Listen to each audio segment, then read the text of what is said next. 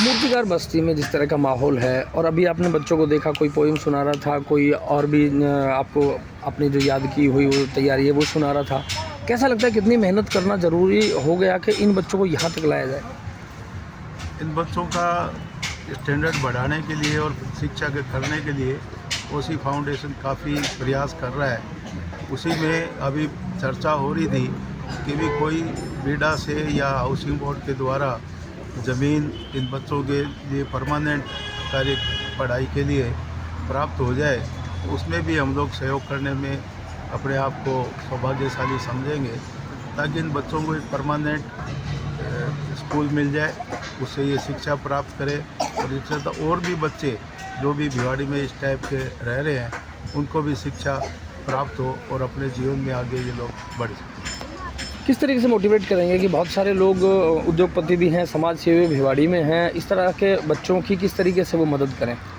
सभी कंपनियों के पास में CSR का भी बजट होता है। बाकी हिंदुस्तान का प्रत्येक व्यक्ति को संस्कार मिलते हैं कि भाई मैं जो भी कमा रहा हूँ उसमें से मेरे को 5-10% दूसरों के सहयोग के लिए, जिसको अपने दान भी कह सकते हैं, सहयोग करना चाहिए।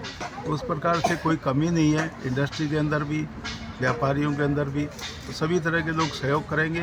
सबकी इच्छा रहती है कि जो भी संस्था इस कार्यक्रम को कर रही है वो संस्था प्रॉपरली और जो चीज़ इनके सहयोग के लिए मिल रही है उसका सदुपयोग हो और बच्चों का भविष्य सुधार हो।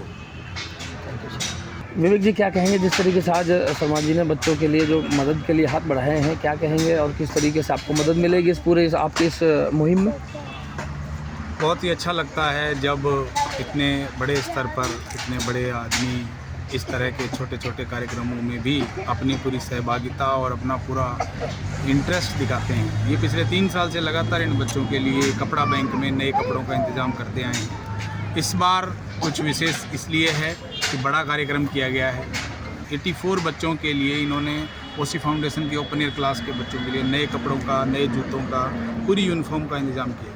अंकल जी का आशीर्वाद हमेशा बना रहा है। इन्होंने समाज में बहुत अच्छे अच्छे कार्य किए हैं, बहुत लोगों को इन्होंने आगे बढ़ाया है और भगवान इनको सदैव स्वास्थ्य और समृद्धि प्रदान करे।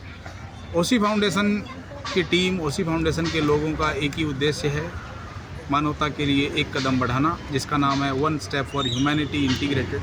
कोशिश कर रहे हैं हम कि भिवाड़ी में रह रहे इन ज़रूरतमंद बच्चों के लिए एक ऐसी व्यवस्था हो जाए जिससे कि इनके लिए स्वास्थ्य और शिक्षा और भोजन तीनों एक ही जगह पर निरंतर उपलब्ध होता रहे और ये अपना जीवन आगे बढ़ा सके। इस मुहिम को अकेले चला पाना कितनी बड़ी कठिनाई है?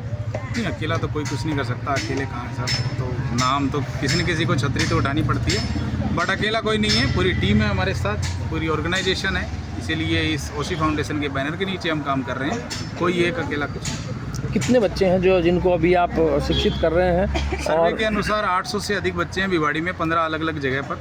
फिलहाल हम 120 बच्चों को शिक्षित कर रहे हैं।